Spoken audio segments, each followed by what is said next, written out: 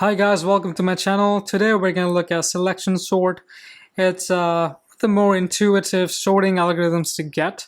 It's right there with insertion sort and the bubble sort and whatnot. Those off and square sorting algorithms. Though those are pretty intuitive as well, and it's going to be pretty easy to get. So we're going to first go to the whiteboard and see how it works and whatnot and how it functions out. And then we're going to come back to this compiler and actually going to code it up and see how it runs, right? So let's go to the whiteboard. Now we have these sets of elements, and now we're going to try to sort it, right? So let's span through one iteration, and we're going to look at how it works briefly, then we're going to come back to the compiler. So for one iteration, what it does is we're gonna play with two loops. So we're gonna have two pointers, right? So the outer loop is going to be initialized as I, so it's going to be starting from the 0th index. So let's try to write down the indexes: 2, 3, 4, 5. So we have the indexes down. Now the ith pointer is gonna be here. It's gonna be start from the 0th index, and then there is going to be another loop inside of I loop. It's gonna be j, which is gonna be initialized by I plus 1, right? So it's gonna be the next element to the I. So what it's gonna do? So we're gonna have a min index. So we're gonna have a min index, right? So we're gonna have this. Now what we're gonna do with this min index? So every single iteration, like ith iteration, we're gonna set the min index to the ith index, right? So at first, this is going to be set to, let's make it straight. So the min index is going to be set to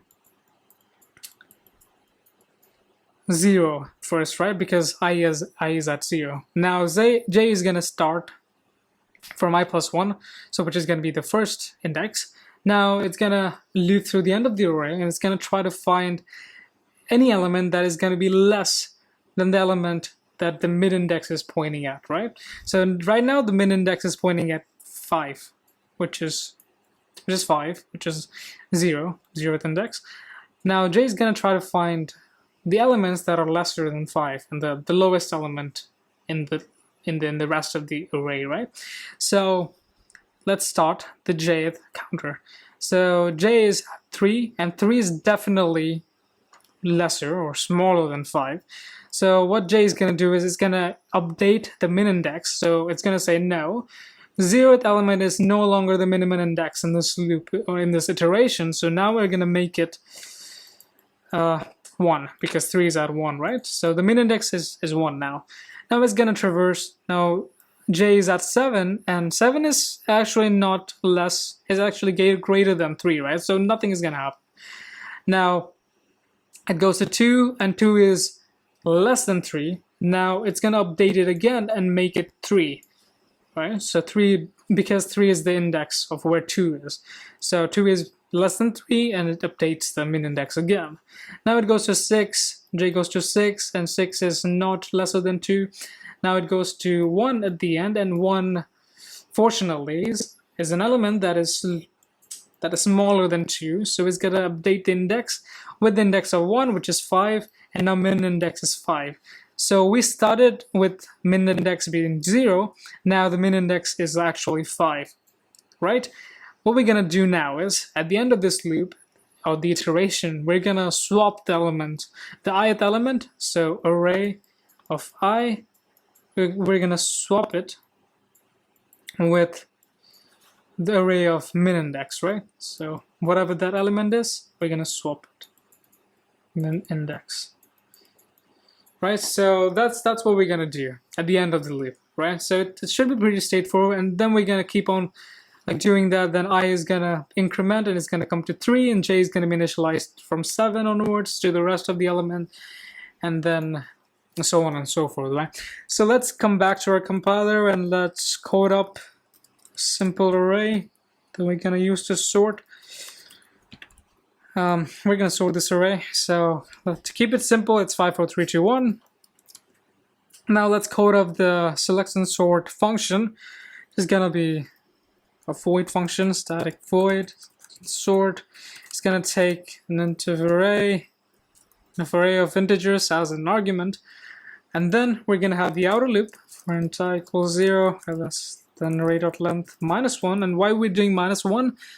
We're doing this because remember that j is gonna be initialized from I plus 1, right? So we need to have that gapping in order for j to move around a bit at the end.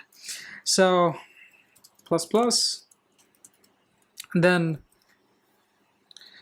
we're gonna initialize the second loop. By the way, we also have to initialize the min index. We're gonna do that, we're gonna see. So we're gonna start from I plus 1 as we discussed, and it's gonna go until dot length j plus plus. Then we're gonna code things inside of it later, right? So by the way, before we do anything, we're gonna set the min index to I, as we discussed. So we just assume that the ith element is the lowest element, right? So min index equals to I. So it's set to this. Now we're gonna loop through the inner loop, and what it's gonna do is gonna try to find anything that is gonna be the less than the ith element, right? So ith element, what I mean by the ith element is it starts with I, but then it's gonna update itself. So it tries to find anything that is gonna be lesser than the min index element, right? So it's gonna look like something like array.j is less than array.min index. Min index is gonna update itself to that, index, which is gonna be the j. So then at the end, what we're gonna do is we're gonna swap the ith index with the min index, right?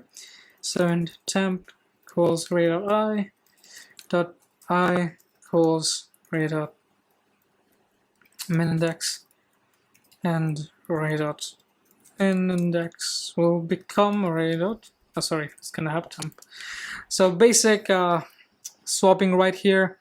And let's see if it works or not. Let's try to call this function, and we'll go through it once again after we've done this. So let's try to print it now. And I'm just going to use the method provided us by Java. And then let's run it. And let's see if it works.